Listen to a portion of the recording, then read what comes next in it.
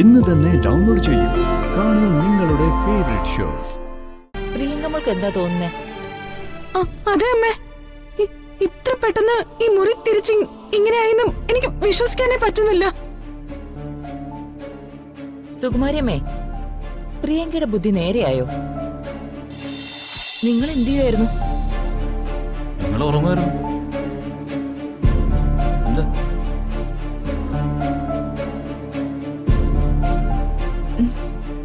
എന്താ ഈ മുറിയിലെ പ്രേതങ്ങളെ കണ്ടുവന്നൊരു ആരോപണമുണ്ട്. പ്രേതങ്ങൾ ഇതിനകത്തോ? ഉണ്ട്, ഞാൻ കണ്ടതല്ലേ. പത്മിനി ഒന്ന് കേറി നോക്കിയേ. കേറ്.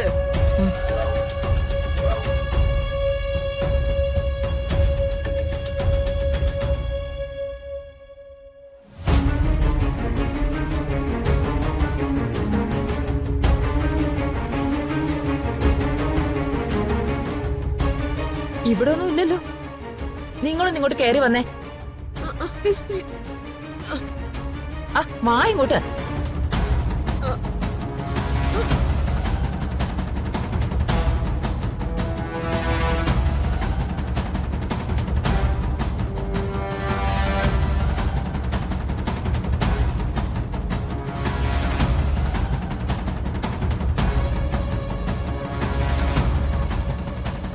ഇവിടുന്നല്ലേ നിങ്ങൾ എന്തോ കണ്ടു എന്ന് പറഞ്ഞത്? അതെ, അവിടുന്ന് ഒരു കറുത്ത രൂപം വന്ന പേടിപ്പിച്ചത്. അവിടുന്ന് മറ്റൊരു രൂപം വന്നു. പിന്നെ ഇവിടെ മുഴുവനും പുകയായിരുന്നു. അല്ലേ മുത്തശ്ശി? അമ്മ ഇവരെന്തൊക്കെയാ അമ്മ ഈ പറയുന്നേ? അമ്മ കിടക്കാൻ പോകുന്നതിന് മുമ്പ് എന്നെ കണ്ടതല്ലേ? ഞാൻ അപ്പൊ തന്നെ മുറിയിൽ വന്ന് കിടക്കുകയും ചെയ്തു. പിന്നെ ഇവരെന്ത് കണ്ട കാര്യമായി പറയുന്നേ? അമ്മ പോയി കിടന്ന് ഉറങ്ങാൻ നോക്ക്. എന്താ പത്മിനി, ഇവിടെന്തോ ഒരു ബഹളമൊക്കെ കേട്ടല്ലോ. ആദ്യം പുറത്തെവിടെ നിന്നാ കരുതിയത്, അതാ എണീക്കാതിരുന്നത്. എന്താടാ പറഞ്ഞ കാര്യം? ഞാൻ ഇവരുടെ കരച്ചിൽ കേട്ട ഇങ്ങോട്ട് വന്നത്. സുകുമാരിമയും പ്രിയങ്കയും പറയുന്നത് അവർ ഈ മുറിക്കകത്തേക്ക് കയറിയപ്പോ കുറെ പ്രേതങ്ങളെ കണ്ടുന്നാ. പ്രേതങ്ങളോ? എന്ത് പ്രേതങ്ങള്? അല്ലെങ്കിലും വരുണും രാധികയും ഉറങ്ങുന്ന മുറിയില് ഇവളെന്തിനാ വരുന്നേ? സുകുമാരി, നീ എന്തിനാ അവളുടെ പുറകെ വന്നേ? ഞാൻ എന്റെ കൊച്ചിന്റെ പുറകെ വന്നതാ. അതെന്താ, എനിക്ക് വന്നൂടെ? എടി, നോക്കി നിക്കാതെ ഇവിടെ എന്താ കണ്ടെന്ന് അവരോട് പറഞ്ഞു കൊടുക്ക്.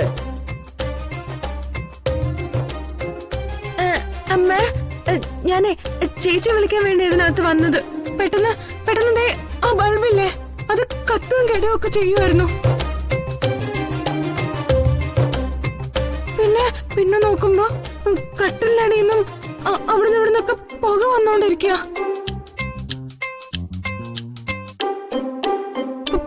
പിന്നെ ആ ജനലിന് അവിടുന്ന് ഒരു കറുത്ത രൂപം വന്നെന്നെ പേടിപ്പിച്ചു.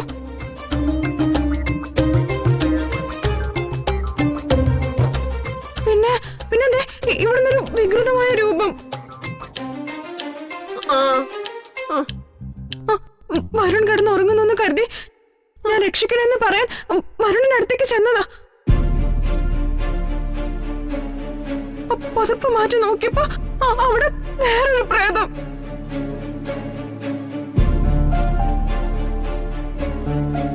എന്നിട്ട് എല്ലാരും കൂടി എന്നെ കൊല്ലാനായിട്ട് വന്നു.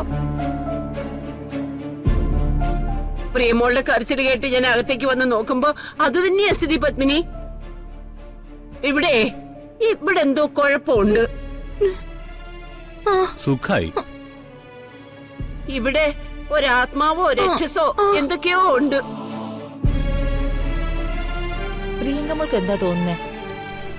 അതെ അമ്മേ, ഇത്ര പെട്ടെന്ന് ഈ മുറി തിരിച്ച് ഇങ്ങനെയായെന്നും എനിക്ക് വിശ്വസിക്കാനേ പറ്റുന്നില്ല.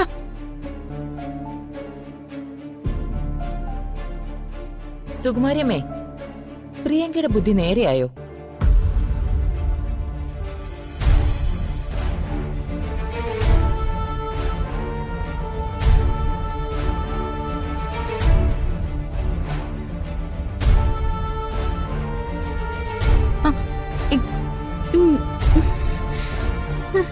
പ്രിയങ്ക ഇപ്പോ നല്ല ഭംഗിയായിട്ട് സംസാരിക്കുന്നുണ്ടല്ലോ, നമ്മളൊക്കെ സംസാരിക്കുന്ന പോലെ. ആ അതെ, പെട്ടെന്ന് പേടി തട്ടിയപ്പോഴേ ബുദ്ധി കുറച്ച് നേരത്തേക്ക് നേരെയായതാവും. സാധാരണ പേടി തട്ടിയാ കുറച്ചു നേരത്തേക്ക് ബുദ്ധി പ്രവർത്തിക്കില്ലല്ലോ. ഇതിപ്പോ നേരെ മറിച്ചാണല്ലോ. ഓ, എനിക്ക് അതൊന്നും അറിഞ്ഞൂടാ പത്മിനി.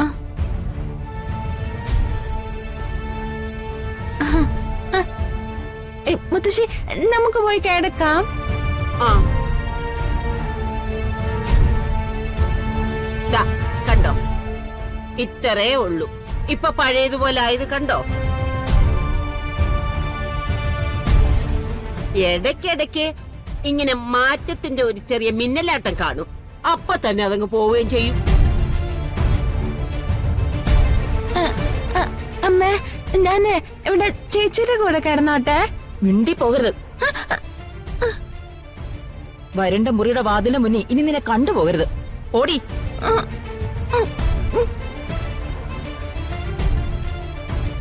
നിങ്ങൾ എന്തു നോക്കി നിൽക്കുവാ? ബുദ്ധിയില്ലാത്ത കൊച്ചു കയറിപ്പോയെന്ന് പറഞ്ഞ് രണ്ടുപേര് ഉറങ്ങുന്ന മുറിയിലേക്ക് കയറിപ്പോവാൻ നാണമില്ലേ നിങ്ങൾക്ക്?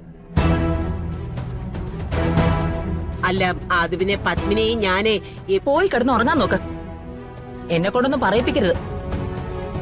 ആ മോളെ.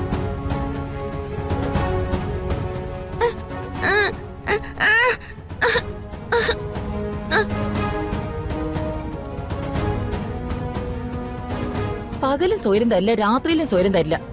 നിങ്ങൾ പോയി കിടന്ന് ഉറങ്ങാൻ നോക്ക്. അമ്മ വരുന്നില്ലേ? നീ പൊയ്ക്കോ, ഞാൻ വന്നോളാം.